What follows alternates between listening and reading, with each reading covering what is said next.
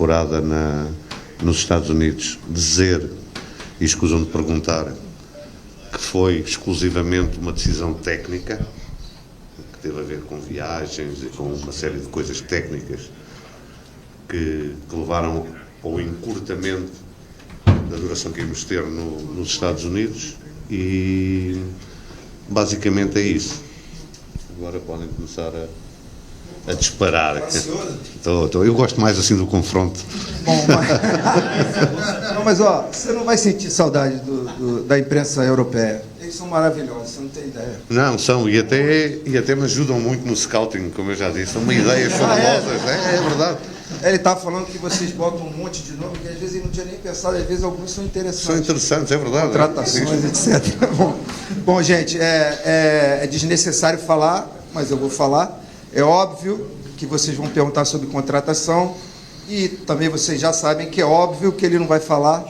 Se vocês quiserem poupar essa etapa, ótimo, senão a gente finge que perguntou e ele finge que respondeu, como dizia o Vampiro. Vamos lá, gente. Deixa-me eu responder até para que as pessoas tenham um pouco a noção disto. Eu venho de uma cultura diferente, não é? Em que o segredo é a alma do negócio.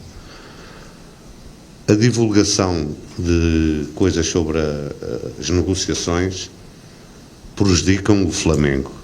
E eu não estou aqui para prejudicar o Flamengo, estou aqui para proteger o Flamengo. Portanto, não vale a pena andarem a mandar mensagens, a perguntar se o jogador tal é verdade, porque eu não vou responder. Nunca vou responder. Porque essa é a diferença, às vezes, de pagar entre 10 e 15.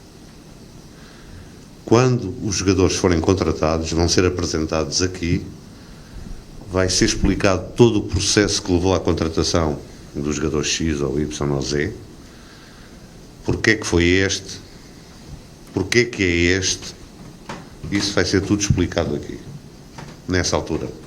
De resto, não percam tempo a encherem-me o telefone com mensagens, está bem? Continuem a mandar nomes, porque ajuda, algumas ideias, mas não vale a pena estarem sempre a perguntar, porque eu não vou responder. É da minha cultura, é assim que nós trabalhamos na Europa, não sei se mal ou bem, mas é assim, é esta a cultura que eu tenho, e quem eu tenho que defender com unhas e dentes, não é assim que se diz, é o Flamengo. Tá? E agora vem a primeira pergunta, que é sobre contratações. Com certeza. Isso aí com certeza. Mas a Flá TV não, porque... é a Flá TV, está bem. Vamos lá. Só falta ser sobre contratação.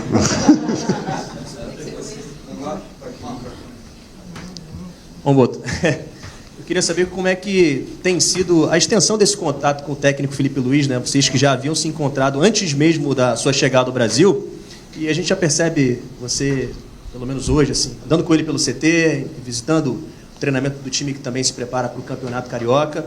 Você elogiou muito as ideias e o modo de pensar do Felipe Luiz. Como é que tem sido a extensão disso? O que dá para falar agora, após esse contato ampliado com o nosso treinador? O contacto, como eu disse, desde o dia 18 é diário.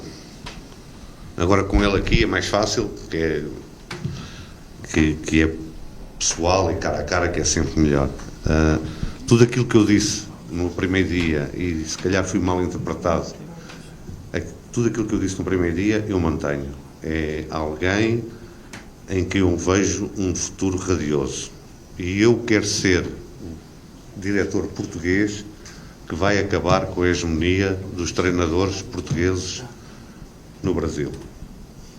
E isso vai acontecer através do Filipe, com todo o respeito pelos treinadores portugueses, que alguns até são meus amigos. Eu quero ajudar a acabar com a hegemonia, e nada melhor do que ser o Filipe a acabar com essa hegemonia. Boto, aqui, Luísa Sadual. Tiveram muitas mudanças no departamento médico nos últimos dias, né? Muita gente que saiu, enfim, você apresentou já uma novidade, mas muita gente saiu. Queria entender a avaliação de vocês sobre por que tanta gente saindo, enfim, qual avaliação vocês tiveram nesses últimos dias para tomar essa decisão? Obrigada. Existe um diretor médico de todo o Flamengo, que não depende do futebol, que decidiu fazer essas mudanças. explicou-me algumas porque é que elas eram necessárias, e agora vamos ver como é que as coisas funcionam em termos de futebol, porque o resto dos departamentos médicos do resto das modalidades não é da minha responsabilidade. Não sei se respondi meio, não é? Mas também não vou responder mais. Oi. Boto, tudo bem? Pedro Torre, ESPN, prazer falar com você pessoalmente. Queria que você falasse um pouco, você apresentou o Alfredo aqui, que você falasse um pouco sobre como é que vai funcionar esse organograma do futebol com a presença dele. Ele vai ter uma relação mais próxima com os jogadores, enfim, como é que vai ser esse dia a dia dele, se reportando a você, enfim, e diretamente ao presidente, como é que vai ser esse funcionamento do futebol? Não, quem reporta direto ao presidente sou eu. Não é? Sou o único que reporta direto ao presidente. Até acho que posso dizer isso, Clarice. Se calhar é a primeira vez que um presidente não vai estar na chegada dos jogadores. Não? Eu reporto a ele, os outros reportam a mim, não é? E não levem isto como arrogância, é a forma como deve trabalhar. Ele é uma pessoa com uma experiência muito grande, principalmente em metodologia de treino. Vai ser um apoio muito grande para a base também. E, tal como o nome diz, é o meu assistente. Eu não estou aqui, estou a acompanhar a equipa num sítio qualquer, preciso que alguém tome conta da parte mais técnica, não é da parte de contratações, não tem nada a ver com isso, é um olhar mais técnico sobre aquilo que se está fazendo aqui, para depois eu poder analisar com alguém de confiança que me vai dando essas informações. Portanto, a função dele é assistente de diretor técnico. Boa tarde, Marcos Coelho, Rádio Tupi. Nós estamos acompanhando nos últimos dias conversas com o Cruzeiro no que diz respeito ao Fabrício Bruno. E você, ao mesmo tempo, está conversando com o Felipe Luiz, que é o treinador e trabalhou com o Fabrício Bruno desde companheiro de time até treinador também. Eu sei que você não falou de negociações, seria até também implicante te perguntar em qual estágio está a negociação, mas eu queria saber se teve alguma conversa sua com o Felipe Luiz, especificamente, sobre a utilização ou não desse jogador. E se você quiser falar como está o estágio da negociação, aí fica com você. Vou responder assim. Eu com o Filipe Luiz falámos de todos os jogadores. O Fabrício Bruno foi um deles. Tá?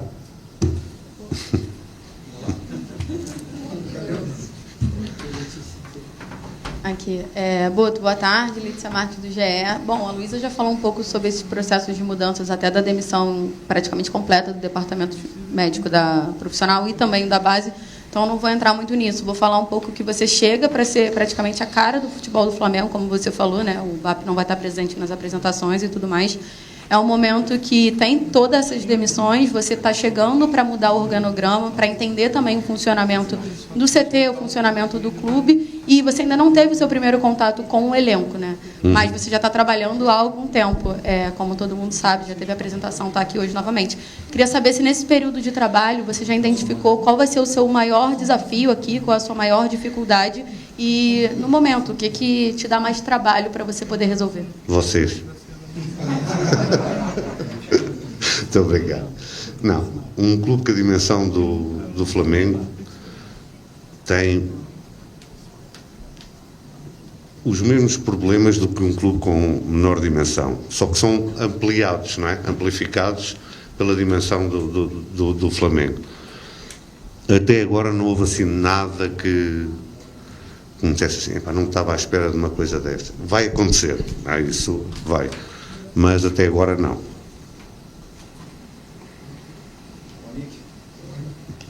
Boto, tudo bem? Boa tarde, Monique Danielo, TNT Esporte. Vou perguntar de contratações, mas sem perguntar diretamente sobre nomes. E eu vou responder sem responder diretamente. Claro. É que no Flamengo existe um fenômeno que é único pela dimensão que tem o clube, como você falou. muitos anos, né, nos últimos anos, a gente sempre via movimento dos torcedores questionando o fato do Flamengo sempre apostar em nomes muito conhecidos e não conseguir fazer o que outros clubes faziam, de encontrar jogadores que talvez não tivessem uma vitrine e que conseguiram um rendimento muito grande em rivais aqui do Rio, de São Paulo, enfim. Mas, ao mesmo tempo, o torcedor tem uma expectativa muito grande por esses nomes que chamam a atenção.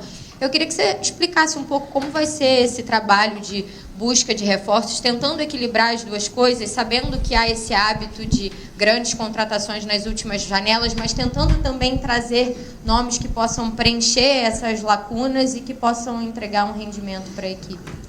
Em Portugal nós dizemos que é preço por ter cão e preço por não ter, não é? A questão aqui é: todos os jogadores que vierem são jogadores que servem o modelo do Flamengo.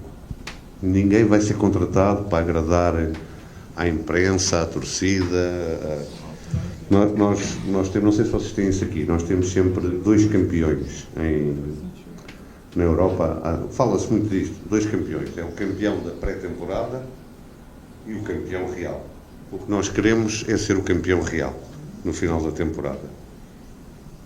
Respondi sem responder, mas pronto. Tá? Boto, Raiza Simplício da Gol Brasil e Placar TV. Primeiro, obrigada pela pontualidade, a segunda entrevista coletiva que você chega no horário, isso pra gente é ótimo.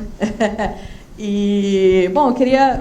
você comentou que não vai falar sobre questões de contratações, etc. Eu entendo, o torcedor ele fica muito na expectativa, principalmente nessa época, e o torcedor está um pouco preocupado em relação à questão financeira. Então, eu queria saber, obviamente, você já conversou com o BAP, você já disse aqui que você sabe exatamente o que tem, o que não tem, e eu queria que você falasse um pouco sobre qual vai ser a estratégia, né, nessa primeira janela de transferências e se, de fato, a situação financeira hoje, no teu ponto de vista, ela preocupa nessa busca por reforços. Bem, primeiro, eu não sou financeiro, não é? Mas o BAP também já falou que existem alguns problemas de caixa, não é? Como se chama aqui, caixa. Eu estou ciente deles, o Filipe está ciente deles, mas a nós não nos preocupa esses problemas, porque aquilo que existe vai ser o suficiente para os reforços cirúrgicos que nós queremos fazer. Eu já disse aqui, volto a repetir, o elenco é excelente. É excelente. É só fazer ali uns ajustes pontuais e não precisamos de contratações só pelo nome, de contratações só porque são muito caras, que depois não têm cabimento no modelo de jogo que nós queremos. Isso é jogar dinheiro fora, não é? E isso não vai acontecer de certeza. Nenhuma pergunta sobre a programação, não é? Nenhuma. Isso é ótimo. Trabalhando bem, então, não tem dúvida. Boto, boa tarde. Aqui à sua frente, Renan Moura, da Rádio Globo CBN. Você, na última coletiva, fez uma crítica sobre a formação dos jogadores brasileiros, tentando os clubes copiarem o modelo europeu. Só que aqui no Flamengo, o campeão mundial sub-20 é o Flamengo. O técnico atual veio da base. O melhor jogador do mundo formado no Flamengo. Você acha que o Flamengo está fazendo um trabalho diferenciado entre os clubes brasileiros? E como é que você projeta fazer esse intercâmbio? Acredita que muitos jogadores da base vão realmente reforçar esse time profissional do Flamengo em pouco tempo? Diferente dessa metodologia aplicada até o ano anterior, onde muitos jogadores renomados, medalhões, formavam o escopo dessa equipe? A base é sempre alguma coisa que em todos os clubes onde eu passei era cuidada com muito carinho. Aqui não vai ser diferente. O ganhar muitas vezes esconde formar mal. Não é? Porque o que é ganhar na base? Ganhar na base é o número de jogadores que jogam na primeira equipa, o número de jogadores que se consegue vender. não é nenhuma crítica nem ao Flamengo nem aos outros. Aquela crítica que eu fiz foi uma crítica geral, porque eu acho que o Brasil tem condições para criar mais jogadores daqueles que nos encantam, daqueles que nos faz gostar do futebol, não é? Eu comecei a gostar do futebol de uma forma apaixonada pela seleção brasileira de 82. Jogavam um futebol completamente diferente. Eles jogavam futebol, os outros jogavam uma coisa qualquer, com uma bola, não é?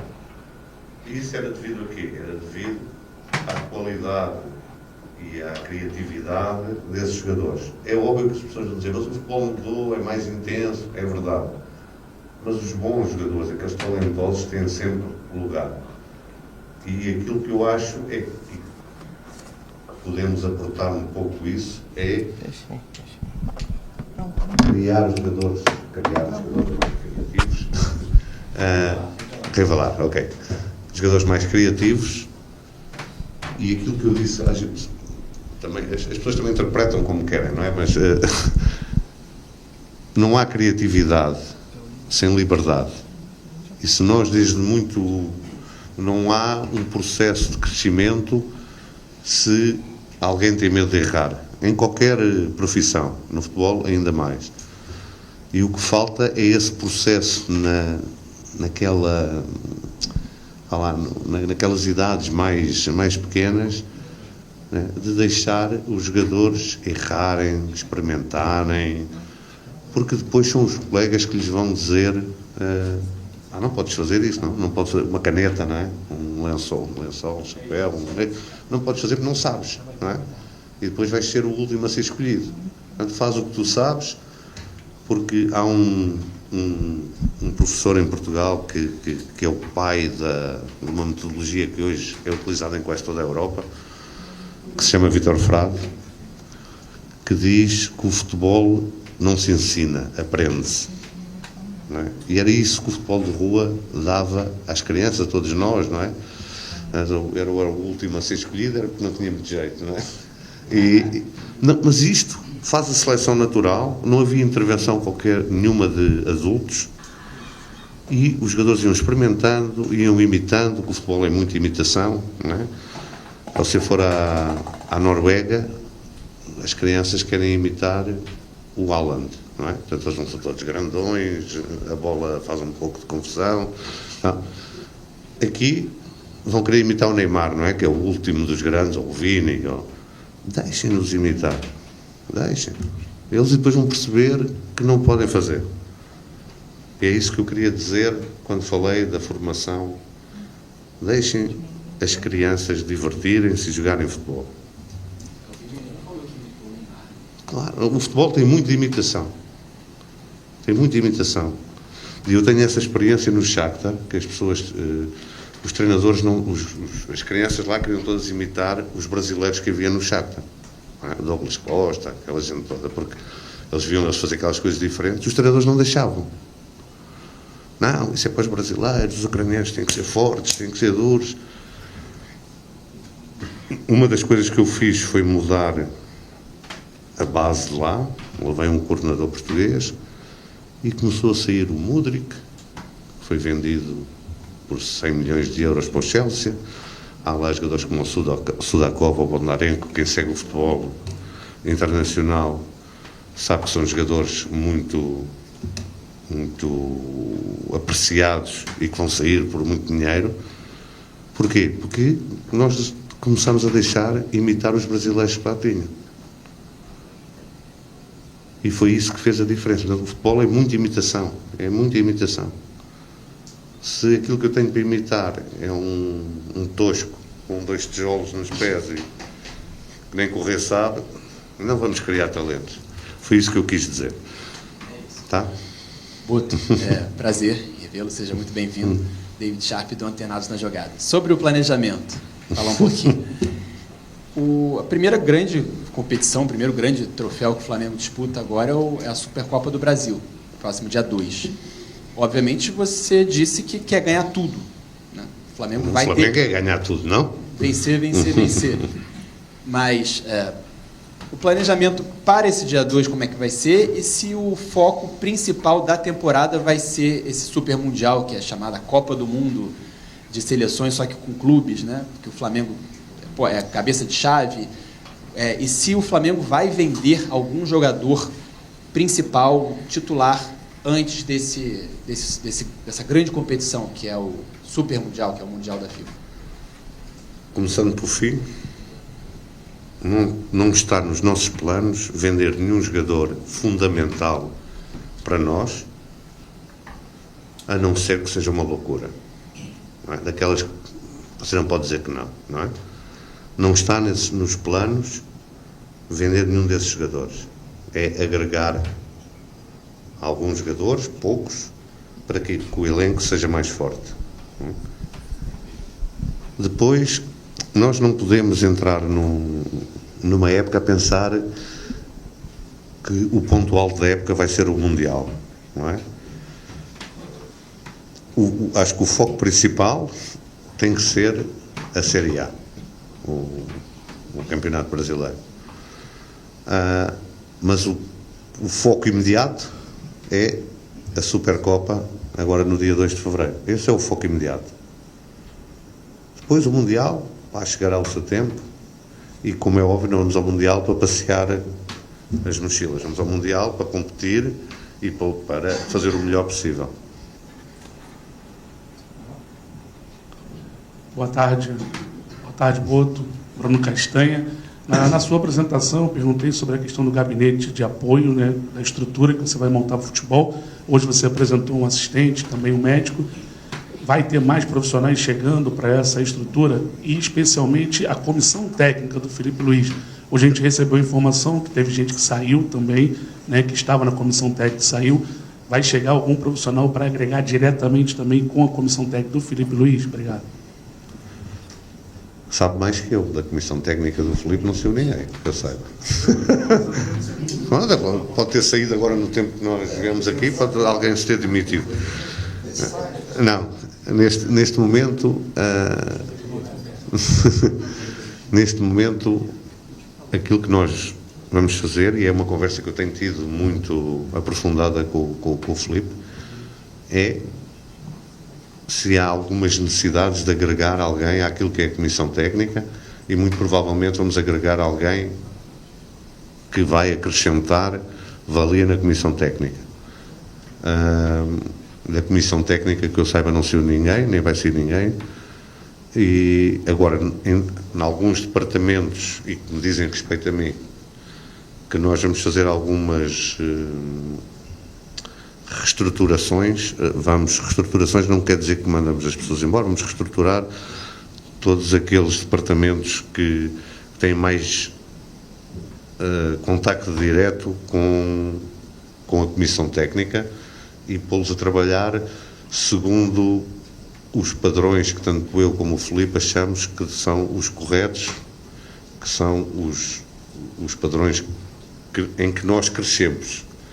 Depois, todas as estruturas, mas principalmente no futebol, nós temos que estar sempre atentos e, ao longo, elas são dinâmicas, ir fazendo ajustes conforme as necessidades. E nós vamos estar atentos para isso.